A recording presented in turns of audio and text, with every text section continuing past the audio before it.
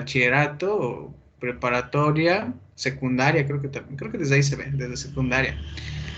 Bueno,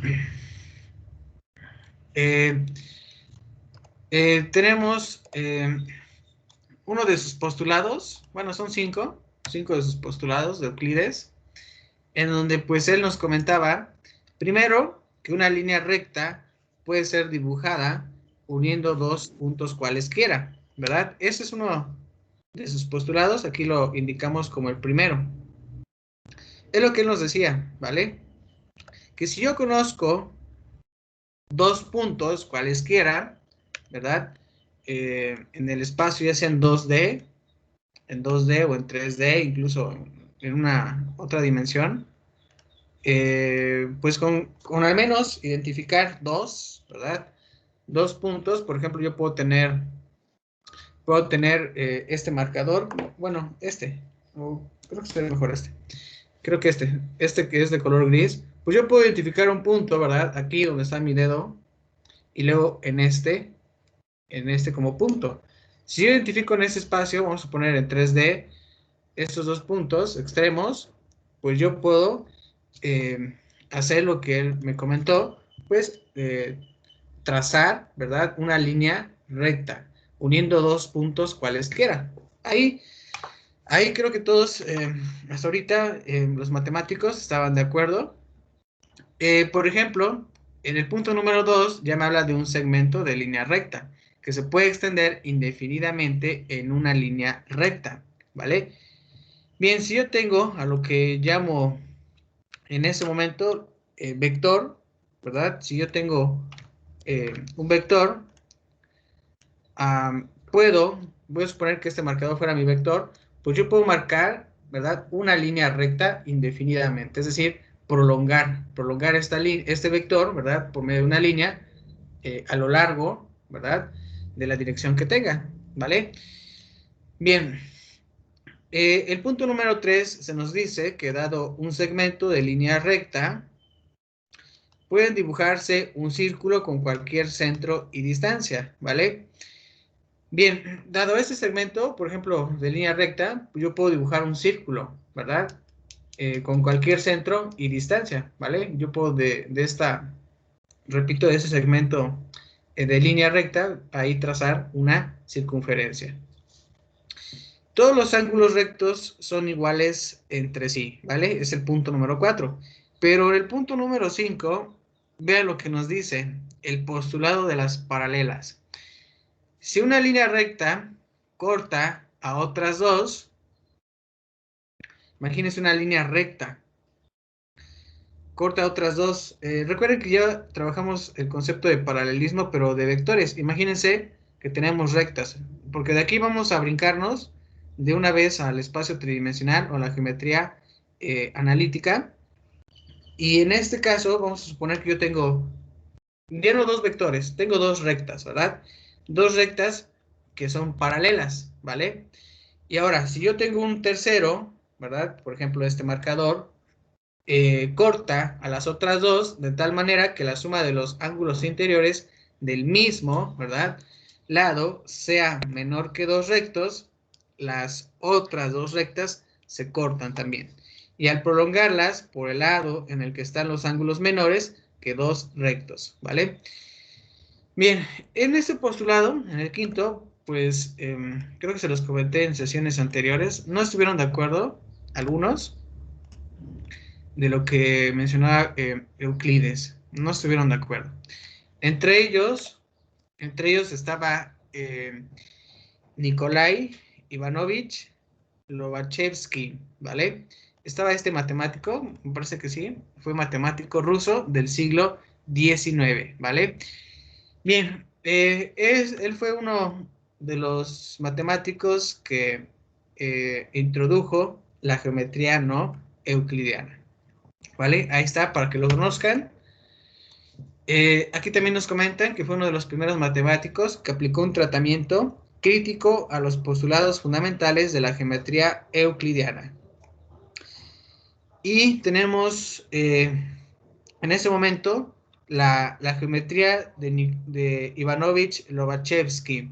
Él nos decía, que en este caso había el trazado algunas paralelas, ¿verdad?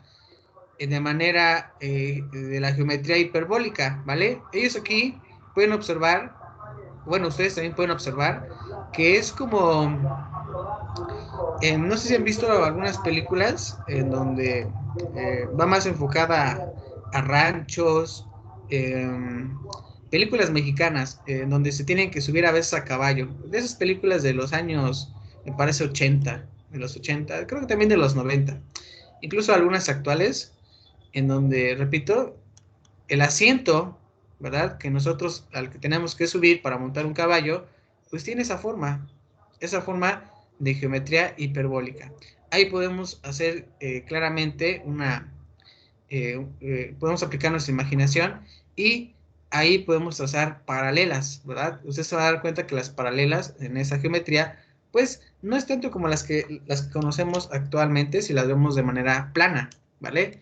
Imagínense ustedes estos dos lápices, pues sí los ven perfectamente bien definidas, pero aquí la paralela en esa geometría, pues no es tanto como la conocemos en el plano. ¿Vale? Incluso aquí ustedes pueden observar su geometría. Ahí se ve trazado como un triángulo, ¿verdad? Ahí tenemos un triángulo de color verde. Él dice, bueno, yo voy a intentar trazar esta figura y ahí se puede observar claramente que si intentamos que las líneas sean lo más posible rectas, se obtiene ese triángulo. Y en ese momento, pues este triángulo, pues no tiene los 180 grados que conocemos de la geometría euclidiana, ¿vale? Es decir, Euclides lo ve mucho en plano, ¿ok? Creo que ustedes son civiles y podemos identificar algo claramente cuando no sé si ustedes llevaron un curso de planos manuales, pero si ustedes en su hoja que pegaban en su respirador, con sus instrumentos de dibujo, intentaban trazar, repito, en su hoja de papel o en su material, papel mantequilla, creo que también tiene ese nombre, mantequilla. Bueno, yo sí, cuando estudié el bachillerato,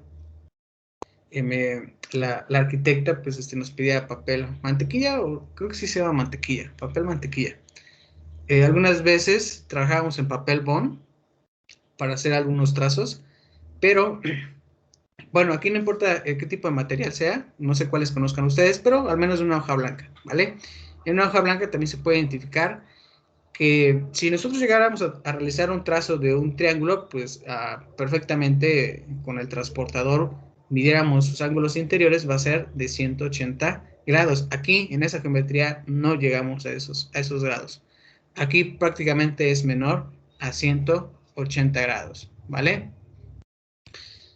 Bueno, tenemos también alguien que formó parte de la geometría no euclidiana, ya lo conocen, desde cálculo integral, ¿verdad? Desde su matemática anterior, de la que va después de diferencial, pero antes de vectorial.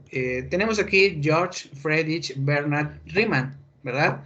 Creo que la mayoría lo recuerda cuando calculamos o cuando se nos presentó, ¿verdad? La integral definida.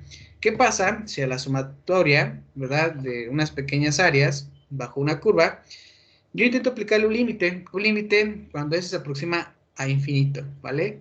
N se aproxima a infinito, N cada vez va siendo un número de partición más grande. Bueno, tenemos en ese caso que él también contribuyó a esta geometría. Bien, por si no lo sabían, eh, Riemann fue un matemático alemán que realizó contribuciones muy importantes al análisis y a la geometría diferencial, algunas de las cuales allanaron el camino para el desarrollo más avanzado de la relatividad general. Su nombre está conectado con la función z, la hipótesis de Riemann, la integral de Riemann, el lema de Riemann, las variedades de Riemann, las superficies de Riemann y la geometría de Riemann, ¿verdad? Ahí tenemos algunas geometrías. Bien, y pues parte de esta geometría no euclidiana, Riemann, pues decía que no estaba de acuerdo. Ojo, aquí decimos que no estaba de acuerdo con lo que platicaba Euclides ni Ivanovich, Lobachevsky. Él sugería que ahora había otra geometría que efectivamente tampoco nos daba los 180 grados en un triángulo rectángulo, ¿vale? No ocurría tampoco eso, ni era ni menor, como lo decía Lobachevsky, ni igual a 180 como Euclides. Y aquí aparece esta geometría, ¿vale? Y bueno, yo espero que tengan su material, porque esa es parte de la actividad de hoy. Bien, con su globo, yo espero que lo tengan a la mano. Quienes lo pudieron conseguir y quienes no, pues yo espero que sus compañeros nos compartan pantalla de esta actividad. E intenten ustedes ahorita inflar su globo, ¿vale? Inflar su globo y intentar marcar ahí un triángulo, como lo ven ahí en pantalla, ¿vale? Para que vean que efectivamente, traten de que sean líneas lo mejor posible rectas, los tres lados rectos, para que se pueda observar que en esa geometría tampoco, por más que queramos, no vamos a lograr que ese triángulo tenga los 180 grados, ¿vale? Bien.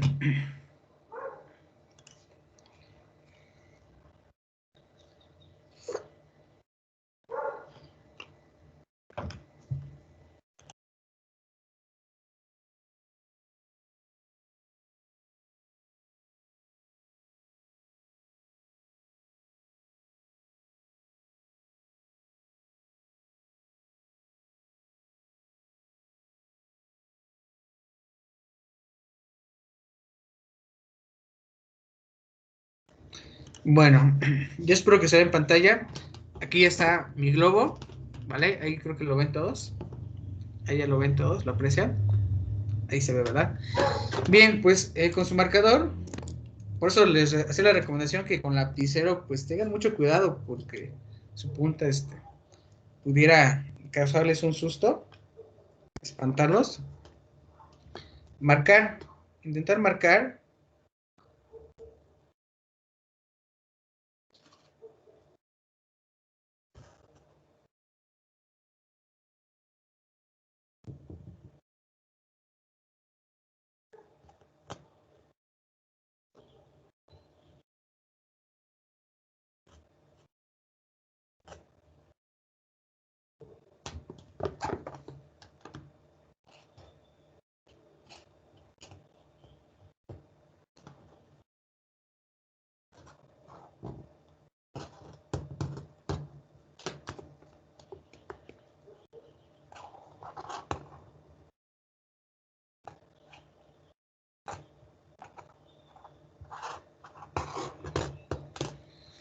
Ok.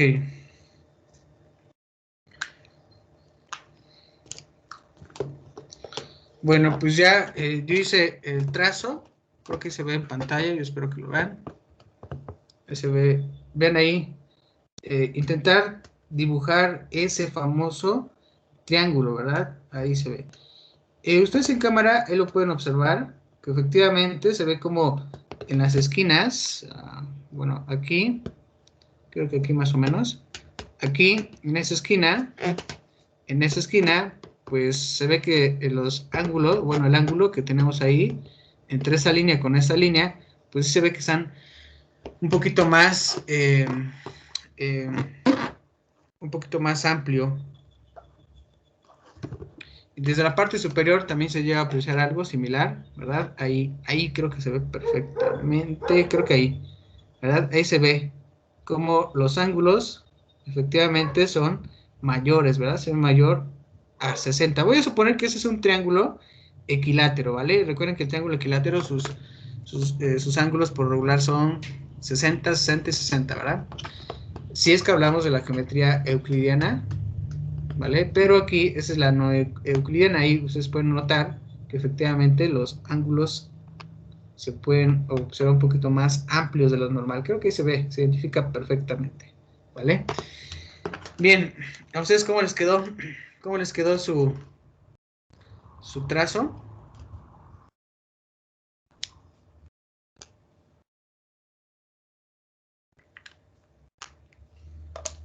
Ok, ok. Bueno, ahí veo a Luis Omar Rivera Navarro. Ok, él dijo, bueno, yo voy a trabajar una pelotita. Ok, se aprecia mucho mejor la de Luis Omar Navarro como la que tenemos en pantalla, ¿verdad?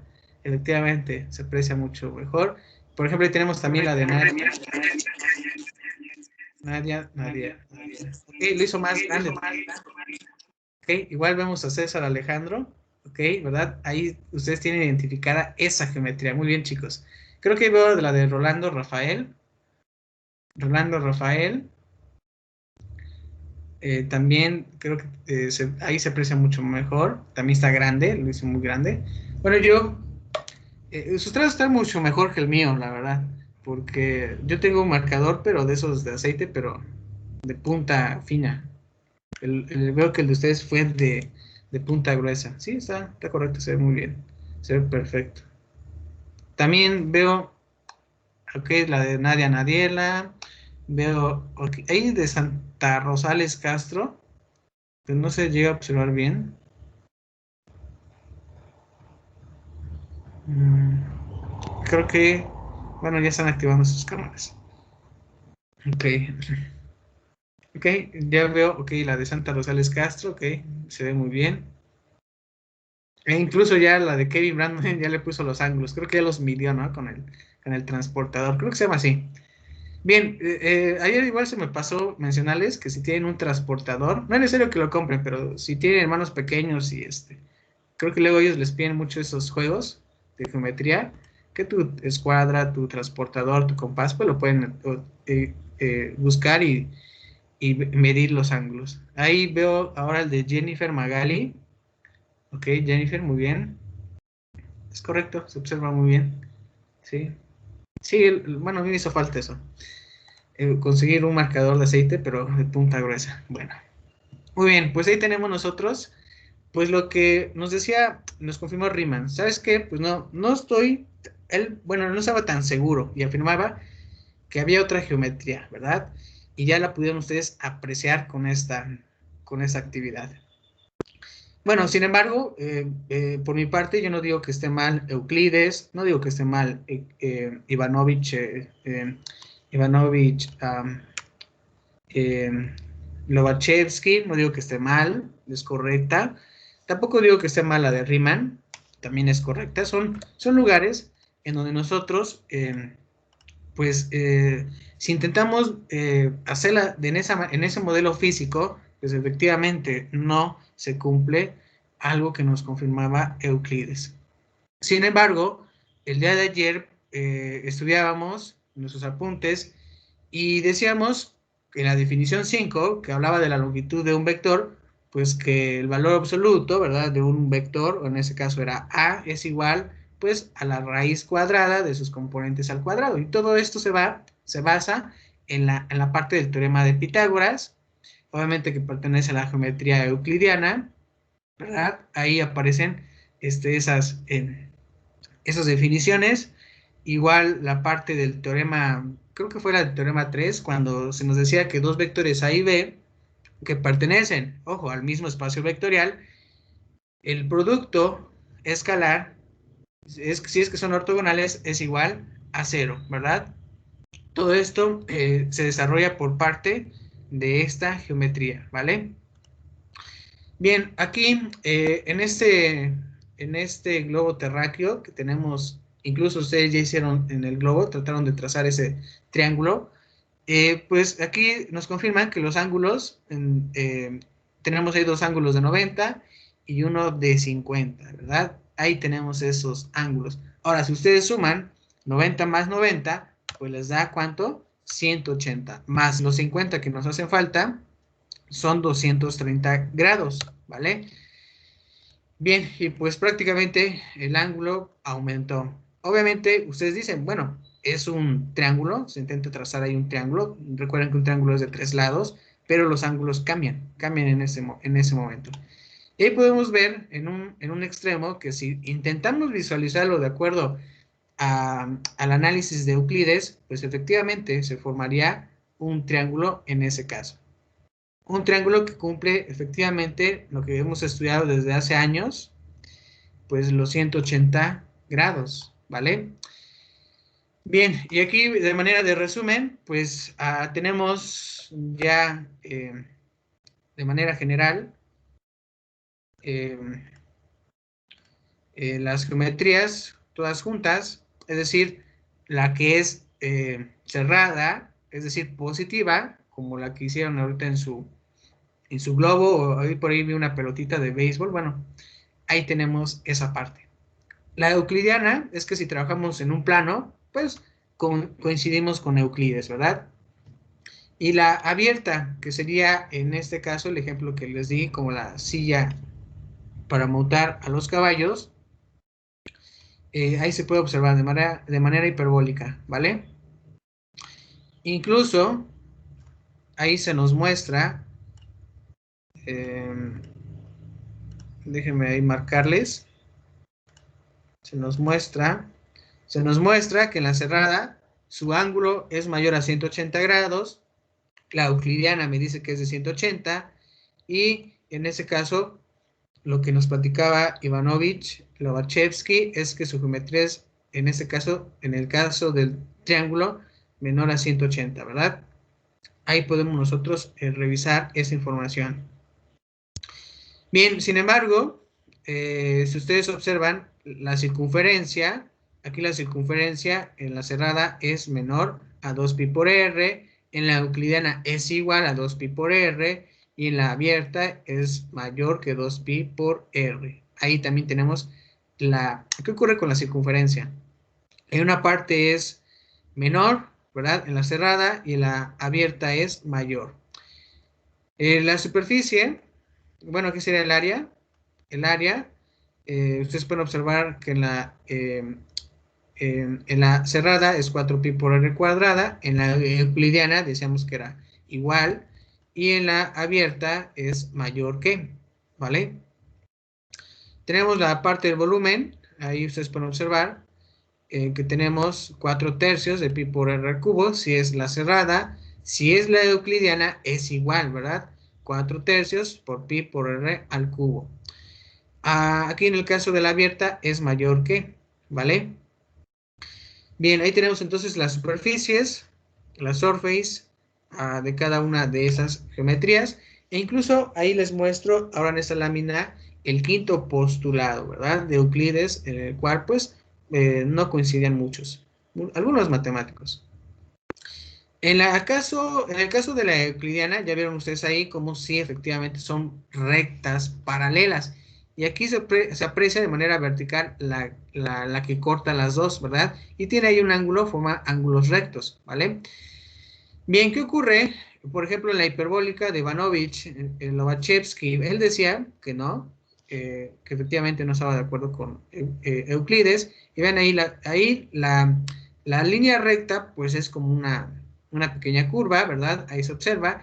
Incluso este ángulo, les voy a marcar ahí el ángulo de otro color, es diferente al que nosotros calcularíamos aquí, ¿verdad? Porque alguien me va a decir en la euclidiana, pues es 90, pero aquí en la hiperbólica es mayor, ¿verdad? Es mayor a los 90. En la elíptica, como nos comentaban en este momento Riemann, pues él igual intentó trazar ahí rectas paralelas, pero las de él también tenían esta curva, o esos trazos, y cuando trazaba una recta que cortara a las dos de manera paralelas, pues ahí encontraba este ángulo, ¿verdad? Ahí tenemos en este caso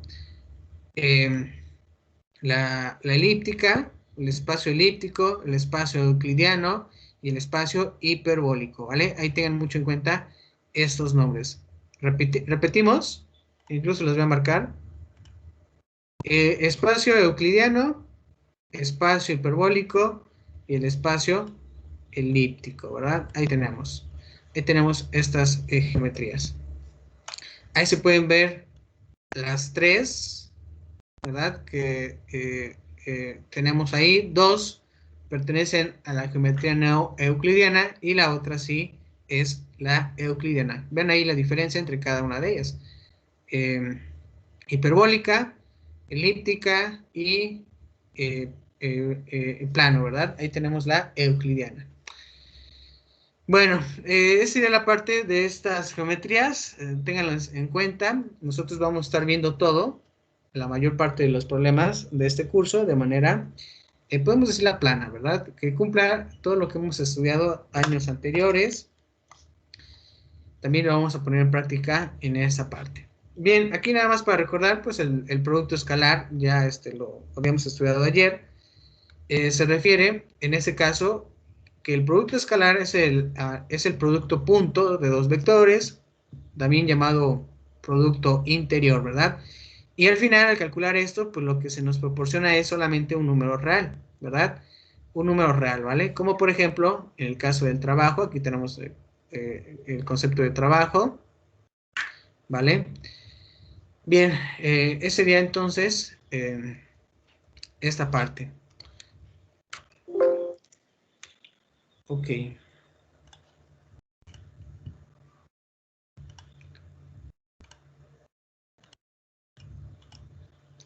Bueno, vamos entonces a continuar.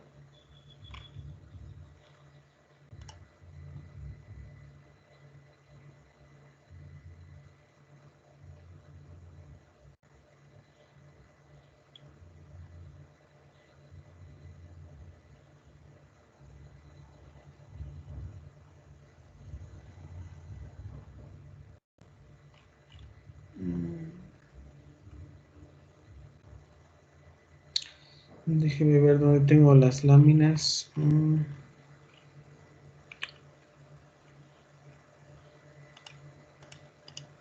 Aquí está el documento.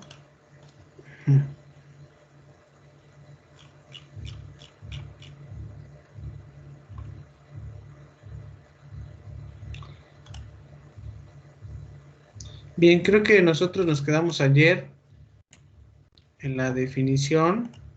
Parece que en la 9. En la definición 9.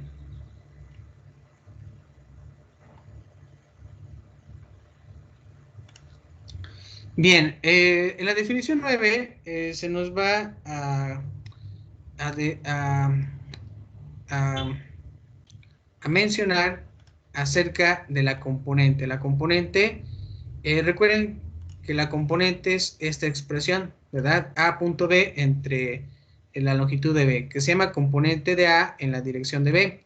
Y se denota por la componente de A sobre B. Y ahí tenemos en esa parte la componente. ¿Vale? Ahora, vamos a realizar una igualdad. Es decir, vamos a buscar la relación que existe entre la proyección de A sobre B, que es de un vector, ¿verdad? Con lo siguiente. Recuerden que eso lo estudiamos ayer y decíamos que aquí esta B entre la longitud de B es un vector unitario. Y a este producto de A punto B entre la longitud de B se le considera como la componente de A sobre B, que está siendo multiplicada por este vector unitario. Ahora, vamos a identificar aquí qué pasa con los valores de la componente de A sobre B, porque pudiera ser que fuera mayor que 0, también pudiera ser que fuera menor que 0, incluso igual a 0. ¿Qué pasa en la primera condición? Si mi componente de A sobre B es mayor que 0. Bueno, pues aquí nos confirman que está en la dirección de B y nos mandan a ver la figura número 11, ¿vale? Entonces ahí repetimos, si la componente de A sobre B es mayor que 0, está en la dirección del vector B. En el caso de la componente de A sobre B fuera menor que 0, pues entonces la proyección, ¿verdad? Está en la dirección opuesta, ¿vale? Vamos a ver la figura 11B. ¿Qué pasa si la componente de A sobre B fuera igual a 0? Bueno, entonces los vectores, tanto de la proyección de A sobre B y B, pues son ortogonales, ¿vale? Y aquí tenemos la figura número 11, la parte del inciso A, que nos confirma si la componente, como aquí lo vimos, es mayor que 0, ¿vale? Entonces está en la dirección de B. ¿Y B dónde se encuentra? Aquí. Aquí está B. ¿Dónde se encuentra la proyección? Aquí está. Es este vector, la proyección, ¿vale? Ahí está la proyección y tenemos B. Efectivamente están en la misma dirección, ¿vale? es lo que ustedes pueden observar en pantalla. Ahora, ¿qué pasa si tenemos nosotros, repito nuevamente, la componente de A sobre B menor que 0? Aquí se puede observar el inciso B. Vean la proyección de A sobre B, el vector que ven en esta parte, y B, ven el vector B. Efectivamente, están en direcciones opuestas, ¿verdad? Ya vieron ahí qué ocurre con el valor de la componente. Y si fuera la componente de A sobre B igual a 0, efectivamente aquí nos dicen que los vectores, tanto proyección de A y B, son ortogonales. ¿Quiénes son ortogonales? Pues estos que les encerré aquí. Esta proyección de A sobre B con B son ortogonales. Y eso indica que estarían así, ¿verdad? Así los tendríamos entre cada uno de ellos en ese momento, ¿verdad? Serían ortogonales. Bien. Ok. Bueno, aquí lo que tenemos sería que la componente de un vector en la dirección de otro vector tiene un significado geométrico definido. Y la relación entre la componente y el producto escalar introduce una interpretación geométrica del producto escalar. Y aquí tenemos nosotros que realizar el producto escalar A punto B, ¿verdad? De dos vectores es igual, vean ustedes ahí, calcular la longitud de B y multiplicar por la componente de A sobre B. Y obtendríamos el concepto de ortogonalidad, si es que esos dos vectores son, repito, ortogonales. Bien, aquí también nos recuerdan que esta ecuación, que sería la 4, pues nos confirma que el producto escalar A punto B es la longitud de B, algo que ya comentamos, aquí ven la longitud de B, por el componente de A en la dirección de B, ¿vale? Y recuerden que la componente de A sobre B, pues es un número que pudiera ser mayor que 0, menor que 0, incluso igual que 0. Bien, si nosotros trabajamos en un espacio vectorial bidimensional, es decir, V subíndice 2, como se muestra en la figura 11, creo que fue la que revisamos aquí, que es esta, ¿verdad? Aquí observamos el inciso A y B, pues tenemos lo siguiente, que para calcular la componente de A sobre B, tenemos nosotros que trabajar la longitud del vector A por su coseno, en este caso, que sería el ángulo teta. Y aquí nos recuerdan que teta es un ángulo formado entre B y A. Si regresamos a la figura número 11, identifiquen el vector A y B. Aquí tenemos a A y aquí tenemos a B. ¿Y cuál es su ángulo? Aquí lo tenemos. Y aquí también identificamos A con B, obtenemos el ángulo, ¿verdad?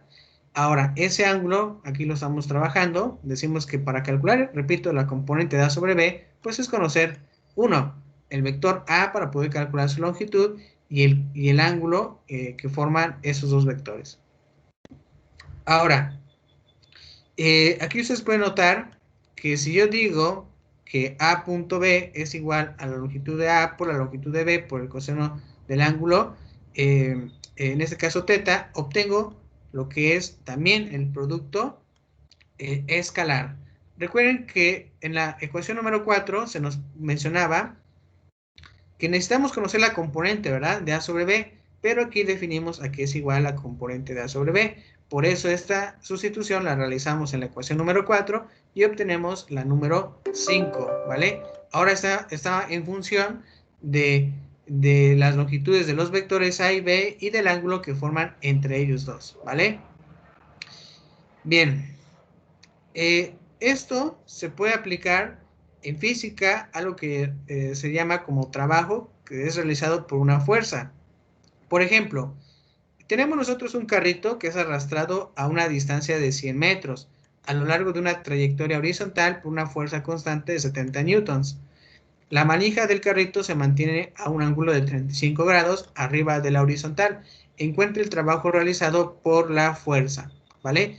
Aquí tenemos la figura 13 que nos muestran el carrito, ¿verdad? Es como, es pequeñito el carrito, pero tenemos ahí la manija, ¿verdad? Que tiene con respecto a la horizontal un ángulo de 35 grados, ¿vale? Y la fuerza es constante de 70 newtons, incluso se está moviendo el carrito a una distancia de 100 metros, ¿verdad? De manera horizontal. Entonces tenemos aquí los vectores, el vector D, que es el de desplazamiento, ¿verdad? El que podemos observar ahí, y luego tenemos el de la fuerza, F, ¿vale? Y el ángulo entre estos dos vectores, ven ahí, tenemos, ojo, no son el vector A y B, pero sí es el vector D y F, y tenemos el ángulo de 35. Y se nos pregunta, pues queremos calcular el trabajo realizado, ¿vale? Para calcular el trabajo realizado, de acuerdo a la ecuación número 5, pues aquí tenemos calcular la longitud de F por la longitud de D por el coseno del ángulo en ese caso. Y nos dan ahí que es 35. ¿Cuánto vale la fuerza? Su longitud, bueno, su magnitud es 70. Y la distancia nos dicen que es de 100. Al multiplicarlo por el coseno de 35, que es el ángulo entre estos dos vectores, nos dan 5.734 joules, ¿verdad? Ese sería el resultado. Ahora, intenten ustedes pensarlo, imaginarlo, de tal manera que esto también se puede enfocar en otras áreas, ¿verdad? En otras áreas de las matemáticas, de la física, ¿vale? Y bueno, de acuerdo a los elementos que tenemos aquí, pues se pudo identificar rápidamente el problema, ¿vale? Ahí tenemos. Prácticamente, si alguien recuerda ese tema de física, pues me va a decir que el trabajo W es igual a fuerza por distancia, ¿verdad? En ese momento, pues podemos trabajar también el ángulo que tiene esa fuerza, ¿vale? Hay que tener ahí mucho cuidado, de acuerdo al problema. Podemos aplicar esta, ¿verdad? Esta fórmula. Incluso, repito, si no tuvieran solamente fuerza por distancia, calcular ahí un trabajo, de acuerdo a las condiciones del problema, se puede utilizar esa fórmula, ¿verdad? Que les dice W, trabajo es igual a fuerza por distancia, ¿vale? Pero aquí por el ángulo de inclinación aplicaríamos la que hemos trabajado en esta lámina. Bien, lo mismo ocurre con el siguiente ejemplo. Tenemos una fuerza que está dada por este vector. Vean, la fuerza está dada por un vector. Es decir, es lo que trabajábamos la semana pasada en el programa, que yo les comentaba. ¿Saben qué? Les voy a dar primero una magnitud, luego una dirección. Pero después, si ustedes recuerdan, para realizar la adición de dos vectores, intentaba acotarlas de manera vertical, ¿verdad? Y horizontal. ¿A quién? Pues a mi vector. Y de ahí obtenía las componentes, ¿vale? Ahora aquí algo similar me dicen, ¿vale? Que tú tienes el vector fuerza. El vector fuerza tiene esas componentes, está en la tercera dimensión. Y mueve una partícula desde un punto P, ¿verdad? A un punto Q, ¿vale? Encuentre el trabajo realizado. Bueno, para calcular el trabajo realizado, recuerden, el trabajo es fuerza por distancia. Yo ya tengo la fuerza, que es este vector, ¿verdad? ¿Qué me hace falta? La distancia. Y es algo muy claro de cómo podemos nosotros crear un vector. Hace un momento platicábamos algunos postulados de Euclides y se nos decía, bueno, si tú quieres trazar una línea recta, pues necesitas conocer dos puntos, ¿verdad? Dos puntos para una línea recta. Ahora, si tú quieres identificar un vector, también necesitas dos puntos, ¿vale? El primer punto lo vamos a llamar como P y el segundo como Q, ¿vale?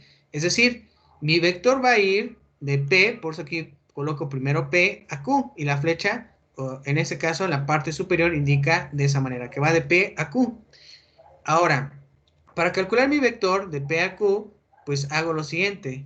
Aquí identifico quién es Q y quién es P, ¿vale? Recuerden que voy al mayor, es decir, al mayor le voy a restar el menor. Y tengo aquí que realizar una sustracción, algo que ya podemos nosotros identificar y calcular.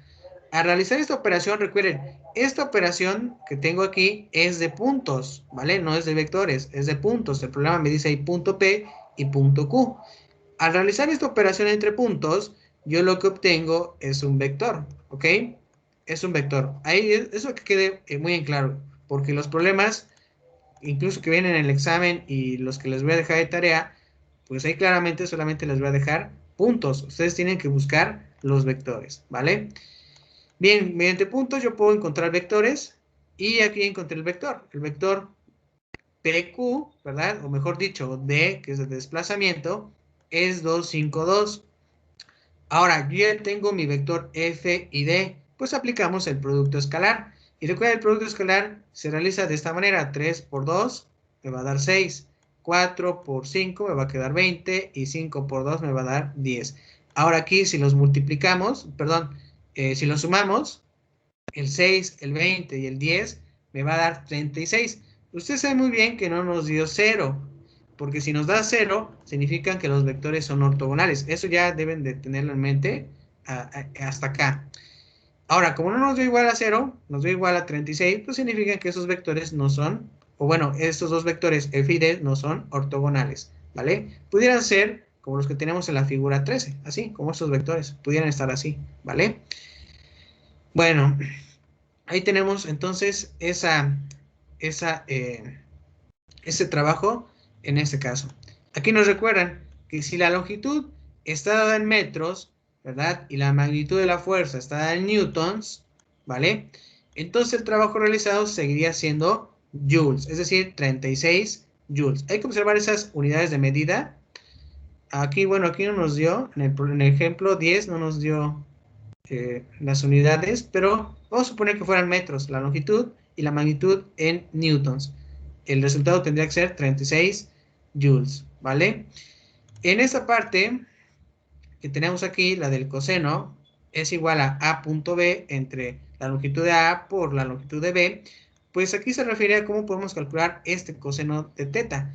A lo mejor a nosotros nos dan los vectores A y B, pero no sabemos con exactitud cuánto sea el ángulo entre ellos dos. Obviamente, si lo hacemos en un programa, pues prácticamente acotándolo, ¿verdad? Acotando, podemos saber el ángulo, ¿verdad? Que tiene esos dos vectores. Pero imagínense que no tenemos el programa y pues tenemos solamente los vectores que se nos proporcionan y podemos calcularlo de esta manera, ¿vale? Ahí ténganlo en cuenta. Bien, esa es la relación del coseno de teta con estos vectores y su longitud. Bien, en el teorema número 6 se nos habla de la desigualdad de Schwarz. Aquí tenemos dos vectores A y B que pertenecen a ese espacio vectorial. Y también tenemos aquí su desigualdad. Aquí en ese momento la desigualdad es la siguiente. Si nosotros realizamos el producto escalar de dos vectores y calculamos su longitud, esta deberá de ser menor o igual, pues, a la multiplicación de las longitudes del vector A por, en este caso, la de la longitud del vector B, ¿vale? Donde la desigualdad se verifica si, solo si, ven aquí, en qué momento vamos a verificarla, si es que A y B son paralelos. Ya saben ustedes cómo estarían esos vectores si son paralelos. Pudieran estar así, ¿verdad? Incluso pudieran estar así, ¿verdad? También sería en esa manera, de manera incluso vertical, ¿verdad? Paralelos. Ese sería entonces el teorema número 6. Bien, revisamos entonces el siguiente ejemplo, el 11, en donde se nos muestra dos vectores, ¿vale? Tenemos A y tenemos B. Ahora se nos pide calcular la proyección de A sobre B y la componente de A sobre B, ¿vale? Hay que calcular eso. Bien, para calcular, recuerden, aquí es igual la proyección de A sobre B, pues decíamos hace un momento que es A punto B entre la longitud de B al cuadrado por B, ¿vale? ¿Cuánto vale A? Aquí lo escribimos, ahí está A, es el vector A. ¿Cuánto vale el vector B? Aquí está. ¿Cuánto vale la longitud de B? Aquí lo tenemos. Identifiquen B, sus componentes al cuadrado. Y luego B, aquí colocamos B, ¿vale? Si ustedes llevan a cabo el producto escalar, 1 por 2 son 2, más 2 por 1 me va a quedar 2, menos 3 por 1 me va a quedar menos 3, entre la longitud de B al cuadrado me queda 2 por 2 son 4, más 1 son 5, más 1 son 6, ¿verdad? Y luego tengo el vector 2, 1, 1. Este que tengo aquí me va a dar como resultado, tengo 4, tengo más 4 menos 3, me va a quedar 1, ¿verdad? Un sexto, aquí me quedaría un sexto. ¿Por quién? Por 2,1,1. Y esto que es igual, pues si multiplicamos un sexto por un medio, me va a quedar, en este caso, un tercio, un sexto por 1, un sexto, un sexto por 1, un sexto. Y aquí ya tenemos la proyección de A sobre B, ¿vale?